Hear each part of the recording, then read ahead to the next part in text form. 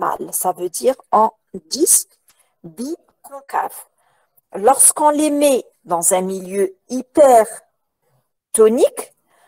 l'eau, regardez, l'eau va sortir. Donc, et on aura plutôt plutôt un milieu hypotonique.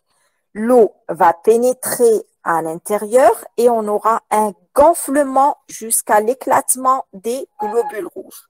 Lorsqu'on les met dans un milieu hyper concentré, c'est-à-dire hypertonique, l'eau va sortir donc du milieu le moins concentré en soluté vers le plus concentré et on aura, regardez, un plissement des globules rouges. Donc, regardez leur aspect normal des globules rouges en disque biconcave. Deuxième mode de transport, toujours dans les propriétés, on a dit transport passif, l'osmose qui concerne uniquement l'eau. Deuxièmement, la diffusion simple. Donc, la diffusion simple, c'est le passage de substances. Donc, ces substances vont passer suivant ce qu'on appelle un gradient de concentration, c'est-à-dire de la zone la plus concentrée vers la zone la moins concentrée. Donc, ce phénomène, c'est pour ça qu'on parle de perméabilité sélective. Le passage, il se fait à travers la bicouche, toujours lipidique. Donc, ce mode de transport, il concerne les petites molécules, toutes petites pour diffuser simplement à travers la membrane. Parmi ces petites molécules, on a l'eau, on a les gaz, le CO2, l'oxygène et aussi les molécules liposolubles, c'est-à-dire qui passent facilement à travers la bicouche lipidique et à travers les zones hydrophobes. Deuxièmement, on a dit perméabilité sélective. Donc, ce phénomène ne concerne pas les grosses molécules et aussi les molécules qui sont polaires, telles que les ions. On a les ions K+, Cl-, Na+, qui sont des molécules qui aiment l'eau et qui sont des molécules hydrophiles. On va voir d'autres modes de transport.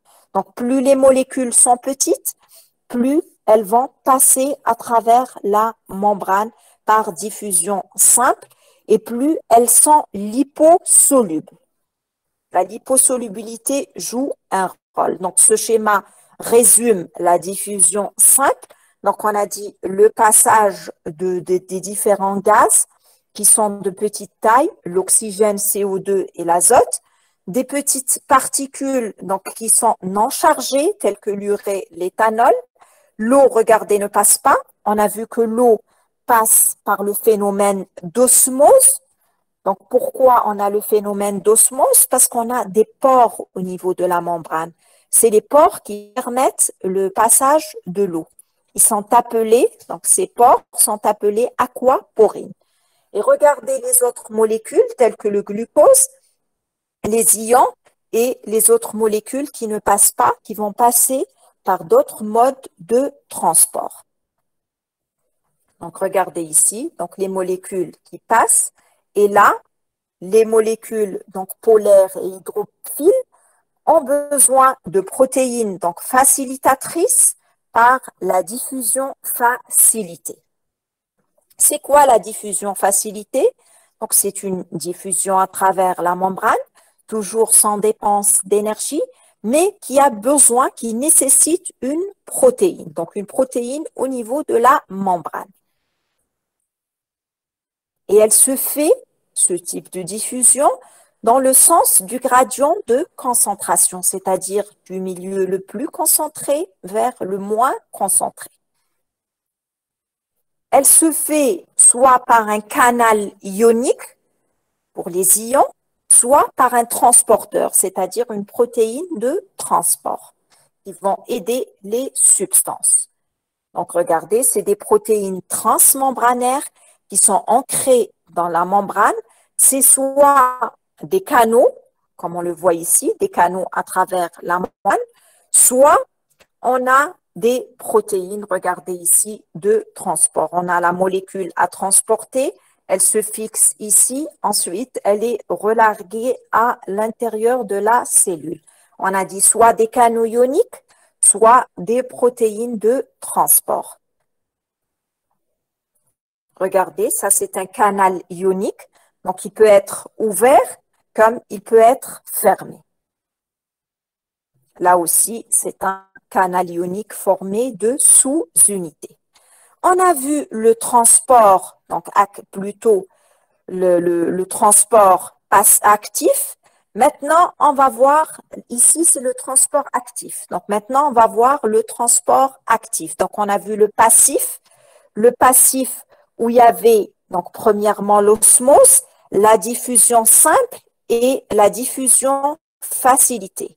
Maintenant, on va voir le transport actif. Ici, il y a une petite erreur, c'est le transport actif. Le transport actif, il nécessite de l'énergie. Il se fait dans le sens contraire du passif, c'est-à-dire contre un gradient de concentration, du milieu le moins concentré vers le plus concentré. Tout à l'heure, dans le transport passif, il se faisait dans le sens du gradient de concentration, c'est-à-dire du milieu le plus concentré vers le moins concentré. Maintenant, c'est le sens contraire. Donc, on a ici, regardez les modes de transport passif. Premièrement, la diffusion, donc simple, toujours dans le sens du gradient de concentration, du plus concentré vers le moins concentré. On a la diffusion facilitée, soit par un canal, soit par un transporteur.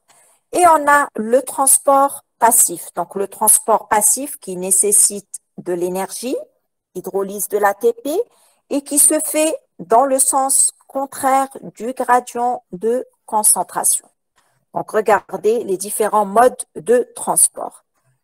L'extérieur de la cellule, l'intérieur, la bicouche lipidique. Donc, on a la diffusion simple, le transport passif, regardez, toujours par simple, ici plutôt par des canaux spécifiques. On a dit les aquaporines pour l'eau, pour l'osmose. On a ici des protéines de transport et là, on a le transport donc actif qui se fait dans le sens contraire du gradient de concentration et avec dépense d'énergie. Les différents types de transport. On peut avoir le transport d'une seule molécule. Et là, on parle d'uniport. Donc, on a une seule substance qui traverse un canal protéique. Donc, elle passe toute seule. C'est le cas le plus fréquent. Deuxièmement, on a les cotransports, c'est-à-dire deux substances en même temps. Les deux substances peuvent passer dans le même sens. C'est ce qu'on appelle le symport. Donc, l'une a besoin de l'autre. Elles passent en même temps, soit un antipore. Ça veut dire que les deux substances passent dans deux directions opposées. Une substance qui rentre, l'autre qui sort. On va voir ça sur schéma. Donc, le passage d'une seule substance, c'est l'unipore. Le passage de deux substances dans le même sens, c'est ce qu'on appelle le sympore. Le passage de deux substances dans des sens opposés, c'est ce qu'on appelle l'antipore. Donc, le sympore et l'antipore constituent des cotransports. Un exemple de sympore, c'est le canal glucose-Na+. Donc, on a le transport du glucose et du sodium qui se fait dans le même sens. Et comme exemple donc d'antipore, on a le potassium et le sodium. Donc, l'un sort et l'autre rentre dans la cellule.